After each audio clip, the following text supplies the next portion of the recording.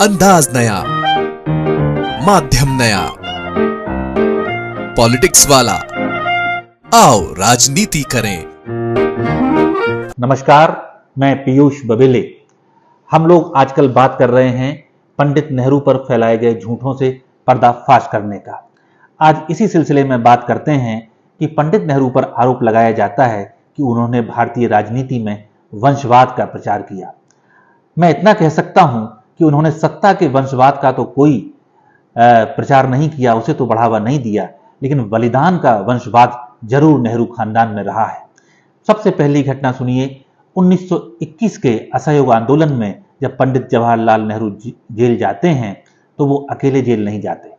उनके साथ उनके पिता पंडित मोतीलाल नेहरू, कुछ चचेरे भाई, इस तरह से नेहरू परिवार के 7 लोग पहली बार जेल जाते हैं और असहयोग आंदोलन की लड़ाई लड़ते हैं। अगर ऐसा वंशवाद अन्य जगह हो तो बहुत खुशी की बात है।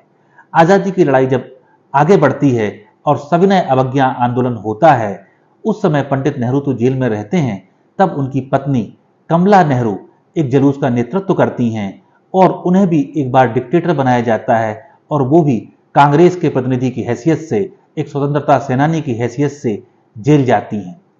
जब पंडित नेहरू और उनका बाकी सारा परिवार जेल में था और इलाहाबाद में एक जुलूस निकलना था, तो उस जुलूस का नेतृत्व उनकी मां स्वरूप रानी देवी करती हैं। वो चलने फिरने में लाचार थी, उन्हें कुर्सी पर एक तरह से व्हील चेयर जैसा ले जाया जा रहा होता है और बर्बर अंग्रेज उनके ऊपर भी लाठियां चलाते हैं।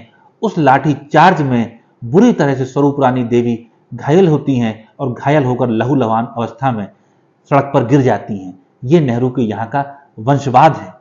आगे चल के जब भारत छोड़ो आंदोलन होता है, उस समय पंडित जवाहरलाल नेहरू की बेटी इंदिरा गांधी और उनके दामाद फिरोज गांधी, ये दोनों भी जेल में जाते हैं। पंडित नेहरू तो पहले से ही जेल में थे और स्थिति ये होती है कि जब उनके नवासे राजीव गांधी का जन्म होता है तो पंडित नेहरू जेल में होने के कारण उसकी झलक देखने तक से महरूम थे।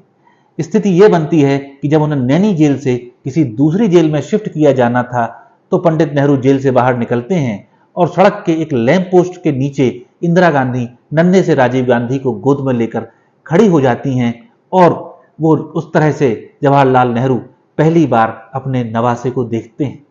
ये पंडित जवाहरलाल नेहरू का वंशवाद है, जिसमें उनके पिता, उनकी मां, उनकी बहन, उनके बहनोई, उनके चचेरे भाई, उनकी बेटी, उनके दामाद सब भारत की आज़ादी में एक से बढ़कर एक कुर्बानियां देते हैं और देश के लिए लगे रहते हैं।